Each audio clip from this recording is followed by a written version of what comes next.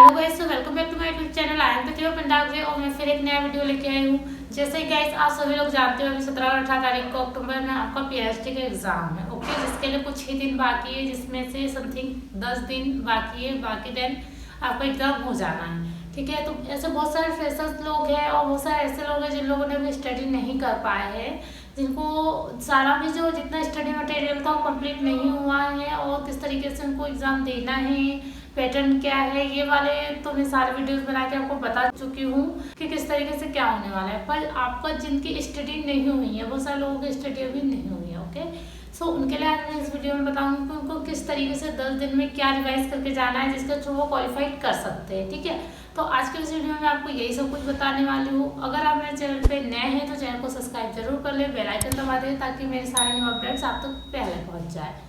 Start करते हैं। जैसे गाइस, जिन भी स्टूडेंट्स की स्टडी अभी नहीं हुई है, उन लोगों ने 11th और 12th तो पढ़ी ही होगी। ठीक है, 11th 12th क्वालिफाइड करने के बाद ही वो आगे गए होंगे अपने जो कि फॉर्म भरना है, तभी भर पाए होंगे। ठीक है, तो गाइस जो भी आपका 11th 12th का मटेरियल है, आपने जो नोट्स बनाए होंगे, जब भी तो अगर आपने थोड़ी भी स्टडी करी होगी उसके अकॉर्डिंग जो नोट्स बनाए होंगे, उतनी ही स्टडी जो आपने कर रखी होगी आपको वो अच्छे से रिवाइज करनी है। ठीक है, देन इसके बाद जो आता है आपको कि फिर भी आपका नहीं हो पा रहा है कवर, तो आपके जो क्वेश्चन जो भी टॉपिक्स छूटे हुए हैं, ठीक है, जो भी जैसे फिजिक्स, केमिस्ट्री, बायोलॉजी, इंग्लिश, जिसमें भी जो भी छूटा हुआ है, आपको उस यूनिट के पीछे जो दिए होते हैं ऑब्जेक्टिव्स, वैसे बहुत कम दिए होते हैं, पर फिर भी आपको जो ऑब्जेक्टिव्स दिए हैं आपको पूरे अच्छे से पढ़ना है। इसके साथ आपको थोड़ा लग रहा है कि हाँ ये आ सकता है, लाइक थोड़ा जो भी इम्पोर्टेंस नेम रहते हैं इनके अकॉर्डिंग आपको वो पूरा पढ़ लेना है।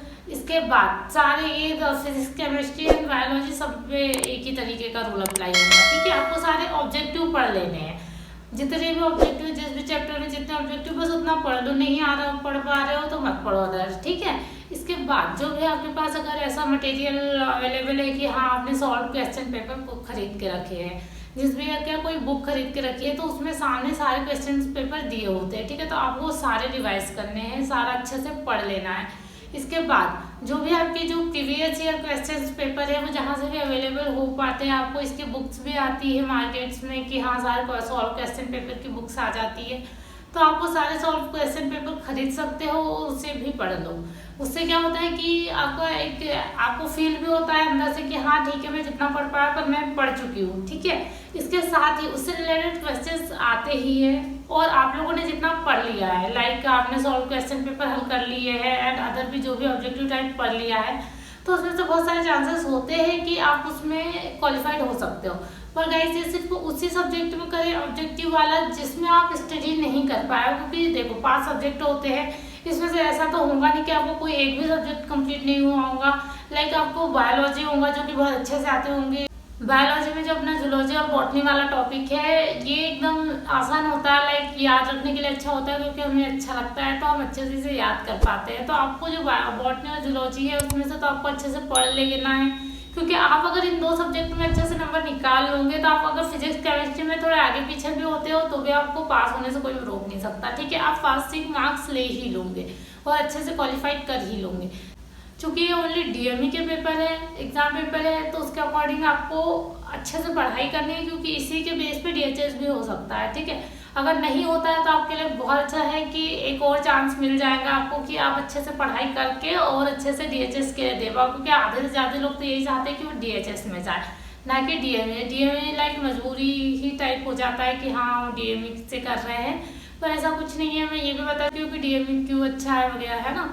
सो आज के इस वीडियो में यही था कि जो भी स्टूडेंट पढ़ नहीं पाया है अभी तक, उन्हें किस तरीके से पढ़ना है, तो उन्हें सारे ऑब्जेक्टिव्स अच्छे से क्लियर कर लेने हैं। जो भी पढ़ा है अच्छे से, इतना कि हाँ अगर वहाँ आता है तो हम कर ले, और ऐसा कि उसके आसपास का भी अगर कुछ आता है, लाइक कोई भी देखो कैसा भी टॉपिक हो, वो ऑब्जेक्टिव तो ऐसे बनाते हैं कि जो एक ऑब्जेक्टिव से रिलेटेड होगा बाकी थोड़े अलग अलग जाते हैं। ठीक है, तो आपको वो उसके आसपास की कुछ चीजें याद आनी चाहिए कि हमारे इससे रिलेटेड ऐसा है, तो इस तरीके से भी आप सॉल्व कर सकते हो।